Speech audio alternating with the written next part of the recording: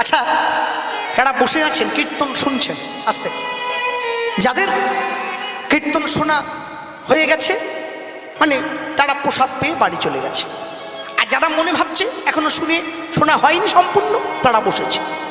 তারা বসে আছেন, বিচার করে দেখুন, বিয়ে করতে যখন গিয়েছিল তখন তো মেয়েটার দেহে প্রাণ ছিল, তাই মেয়েটাকে দিল না। এমন ভিখারি ছেলের সঙ্গে নিতাই চাঁদ ছুটে গিয়ে সূর্যদাস পণ্ডিতের সামনে হাত জোড়ো করে প্রশ্ন করছে, আচ্ছা সূর্যদাস, হ্যাঁ তোমার জ্যান্ত মেয়েটাকে তুমি আমার সঙ্গে বিয়ে দাওনি, আচ্ছা আমি যদি ওই মরা মেয়েটাকে বিয়ে করি তাহলে তোমার তো অসুবিধে নেই?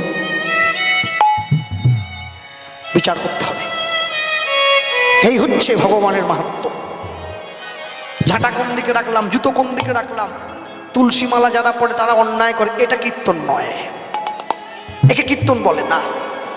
সাদা বেড কভার পেতে শুলে স্বামী স্ত্রীর ঝগড়া হবে, হ্যাঁ কীর্তনিয়ারা বলছে, এখন আমি শুনছি, ইউটিউবে শুনি, লাল কাপড়ে মুড়ে 3টে সুপারির টুকরো স্বামীকে না জানিয়ে বালিশের তলায় ঢুকে দিতে হবে। 3 দিন পর সেই সুপারি বের করে গুঁড়ো করে স্বামীকে তরকারির সঙ্গে মিশিয়ে খাওয়ালে স্বামী মদ ছেড়ে দেবে, কীর্তনিয়া বলছে। তাহলে আমার মনে হয় ভাই তুমি কীর্তন করা বন্ধ করে একটা চেম্বার করো, যেখানে লেখা থাকবে গোপনে মদ ছাড়ানো হয়। হরিনাম, ভগবানের নাম করতে গেলে নামকে সম্মান দিয়ে নাম করতে হবে।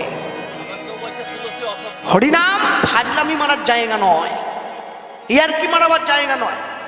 তুমি মানুষের হাততালি পাওয়ার জন্য যা মনে আসবে তাই বলে যাবে, হ্যাঁ যা মনে আসবে এক পাশ থেকে তাই বলতে থাকবে। শোনো, মানুষ বোঝে, 1 দিন 2 দিন 4 দিন ব্যবসা বন্ধ হয়ে যাবে, চলবে না। সোনায় যদি খাদ থাকে তামা বেরিয়ে যায়, 1-2 মাস ব্যবসা চলে, তারপরে যখন মানুষ বুঝবে দোকানদার চিটিংবাজ, দোকানে ঝুল পড়ে যাবে, কেউ আর যাবে না। ভগবানের নাম অন্তর দিয়ে অপরাধ নেবেন না আপনারা। আমি বাড়ির সন্তানের মতো 100-র মধ্যে 80 জন কীর্তনিয়ার গুরুচরণে আশ্রয় হয় নাই, তারা কীর্তন করে বেড়াচ্ছে।